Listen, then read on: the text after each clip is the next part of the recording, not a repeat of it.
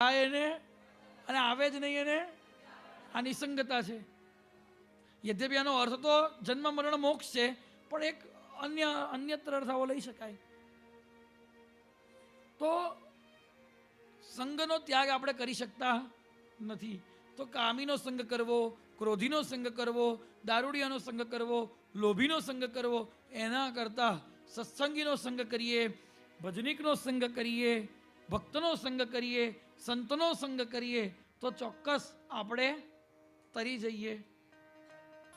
પણ ભગવાનને કોઈના જેવા થવું માટે ભગવાન કોઈનો સંગ કરતા, ભગવાન કોઈને બાંધતા પણ નથી અને કોઈથી બંધાતા પણ નથી. એને કોઈ બાંધી શકે? ભગવાન કેવા છે? નિસંગી છે. પણ નિસંગી રહીને ભગવાન શું કરે છે? માની લો કે તમે એમ કહો કે બાપજી તમે નવસારી આવો અને તમારે 20 દિવસ તો રહેવું જ પડશે. કેટલા દિવસ? બાપજી 20 મિનિટ રહેશે નહીં. તમે દયનીય થઈને, દિનહીન થઈને, કાલાવાલા કરીને અત્યંત એમને અનુકૂળ થઈને રહેશો તો કદાચ 20 નહીં 200 દિવસ રહી જાય. પણ તમે એવો હક કરો કે બાપજી તમે 20 દિવસ. એક પ્રસિદ્ધ પ્રસંગ છે મુંબઈનો, જગ્યાનું નામ લેવા જેવું નથી, એ યોગ્ય પણ નથી મર્યાદાના કારણે. પણ ગુરુ મહારાજ એક બંગલામાં બિરાજતા હતા અને એ બંગલાના માલિકે જ્યારે ગુરુ મહારાજને લેવા માટે કે ભાઈ અમારે ત્યાં બાપજી પધારે આવ્યા અને ગુરુ મહારાજ અંદર છેલ્લા ઓરડામાં બિરાજે અને એમના બગીચાની બહારના ગેટ ઉપર પેલા ભાઈએ પેલા આવનારા માણસોને અટકાવી દીધા અને શું કીધું ખબર છે? અત્યારે બાપજી પર અમારો હક છે, તમારે ત્યાં નહીં આવે. અને એવું કહીને જ્યારે પાછા આવે છે તો ગુરુ મહારાજ દંડ લઈને બંગલાના પગથિયા ઉતરતા ઉતરતા કહે છે, આ શરીર ઉપર માજી સિવાય કોઈનો હક નથી. એટલે ઘણા બધાને એવો વહેમ છે કે અમે બાપજીના, અમારા સિવાય બાપજીને કોઈ જાણતું નથી. ઘણા બધાને એવો વહેમ છે અને એમાં ખાસ કરીને વિદ્વાનોને, મારા જેવા, કે ભાઈ મેં સાહિત્ય જાણ્યું એટલે હું જ બાપજીને જાણું છું.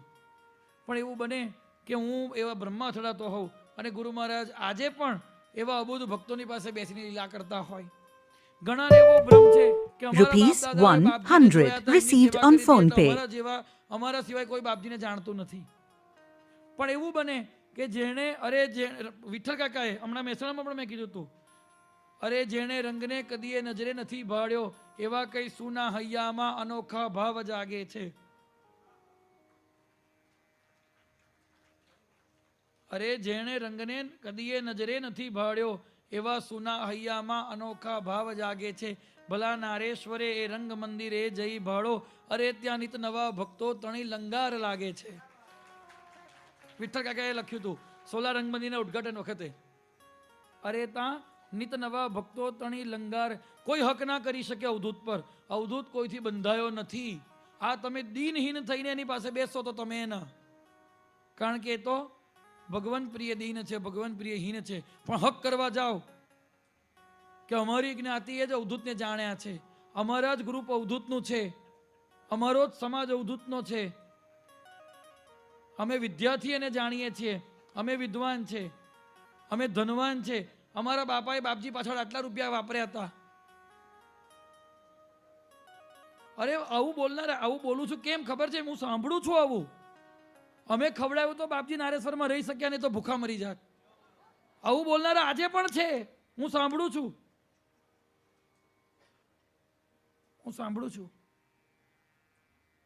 અવધૂત શું કહે છે? હમો મન મોજી ફરનારા સદા નિસંગી ને ન્યારા.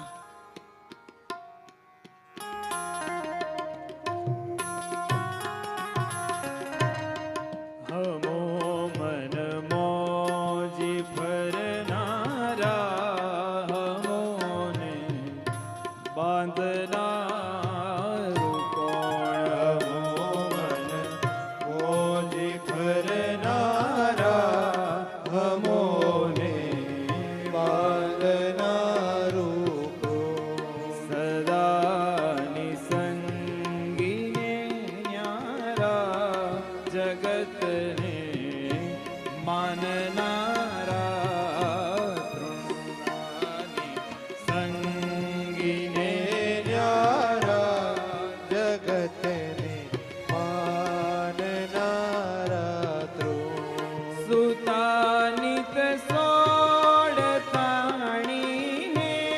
ન લેવું દેવું કો સાથે સુતાનિત સોડતાણીને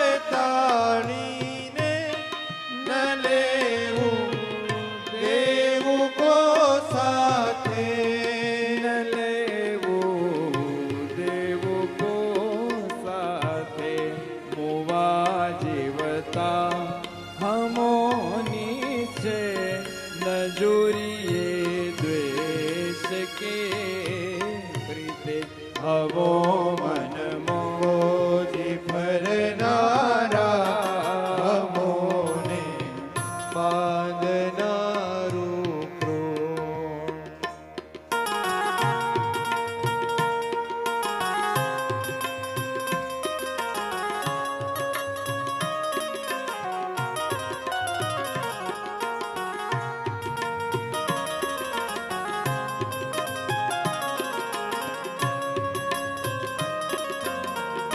અને કદાચ આવી સંકીર્ણતાઓના કારણે જ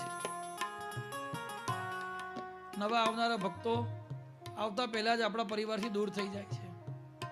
આવી સંકીર્ણતાના કારણે જ આ અવધૂતના ઉચ્ચતમ, કદાચ એવું કહી શકાય કે આ જગતમાં સર્વોત્કૃષ્ટ સાહિત્ય આપણી પાસે છે, પણ આ સંકીર્ણતાના કારણે જ આપણે એને પ્રકાશિત જગત સામે નથી કરી શક્યા. કારણ આપણી અંદર એક જ અભિમાન છે કે મેં જ બાપજીને જાણી લીધા છે.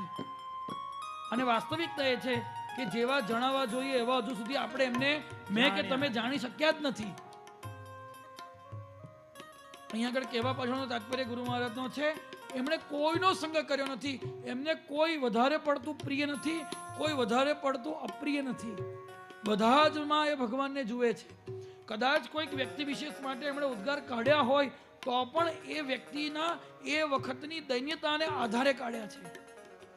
અરે જેણે પોતાનું ઘર છોડ્યું, પોતાના મા બાપને છોડ્યા, પોતાના ભાઈને છોડ્યો, પોતાની સંપૂર્ણ લાયકાતને છોડી દીધી, એ આપણા જેવાની અંદર શું કરવા આસક્તિ કરે?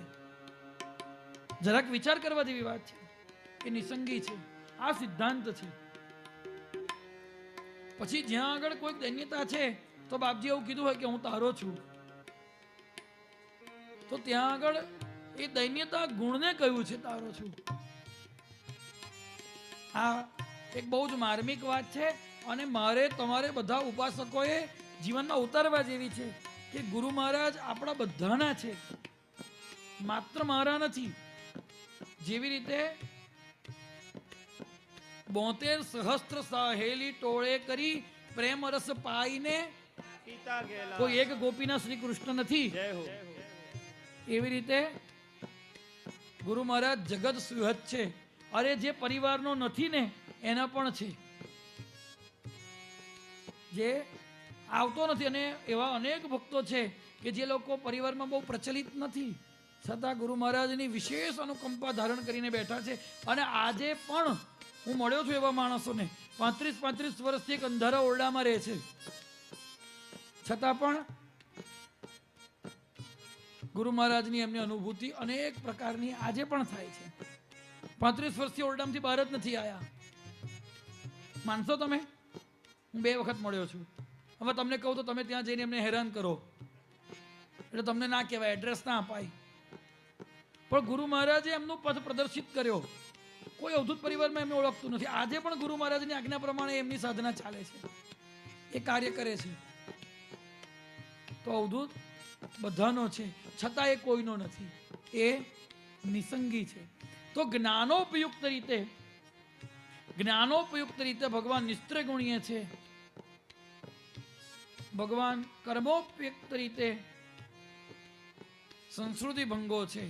પણ જ્યારે સ્વયંની ઉપાસનાની વાત છે તો ભગવાન નિસંગી છે. એ નિસંગીતાનું લક્ષણ વર્ણવતા બાપજી કહે છે, દિવસ કે રાત ના ઠરીએ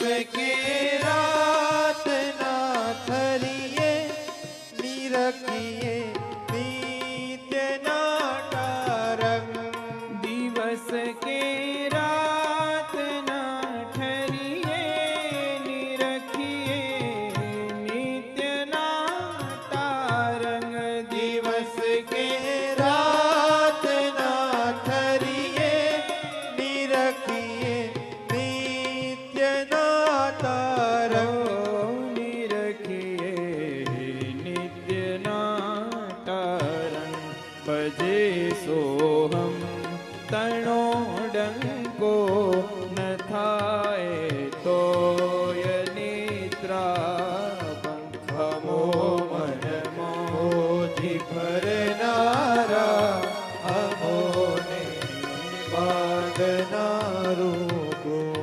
કડંગા ઢંગ બેરંગી હમારા રાહના સીધા કડંગા ઢંગ બેરંગી હમારા રાહના સીધા હમારા રાહના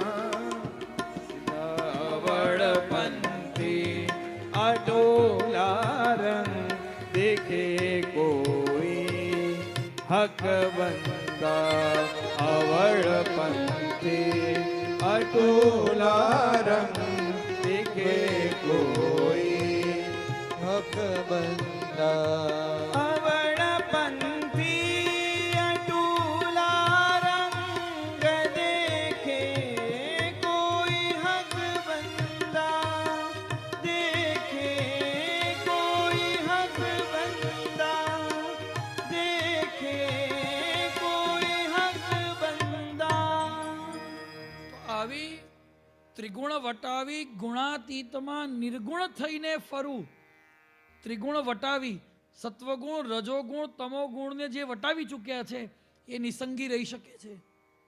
જો તમોગુણી છે તો તમોગુણીનો સંગ કરશે, જો રજોગુણી છે તો રજોગુણીનો સંગ કરશે, જો સત્વગુણી છે, આપણે સત્વગુણી છીએ એટલે તો સત્સંગ કરીએ છીએ, તો સત્વગુણીનો સંગ કરશે. પણ જે ગુણાતીત થઈ ગયા છે, જેમનામાં કોઈ ગુણ રહ્યો જ નથી, એ કોનો સંગ કરશે? એ નિસંગી રહેશે. એટલે નિસંગી રહેવું એટલે એવું નહીં કે કોઈને મળવું હળવું નહીં. બધાને મળતા હોવા છતાં, બધાની વચ્ચે રહેતા હોવા છતાં કોઈનો પણ પ્રભાવ એના ચિત્ત ઉપર પડે નહીં. જો આપણે થોડાક દિવસ કામી જોડે રહીશું તો આપણા ચિત્ત ઉપર કામનો પ્રભાવ પડશે. લોભી જોડે રહીશું તો થોડા દિવસમાં આપણા ઉપર લોભનો પ્રભાવ પડશે. સત્સંગીઓ જોડે રહીશું તો થોડા દિવસમાં આપણે સત્સંગી થઈ જઈશું. પણ અવધૂત જ રહેશે. એના ચિત્ત ઉપર સત્વગુણ રજોગુણ તમોગુણમાંથી કોઈ પણ ગુણનો પ્રભાવ પડશે, કારણ કે ત્રિગુણાતીત છે. ત્રિગુણ વટાવી ગુણાતીતમાં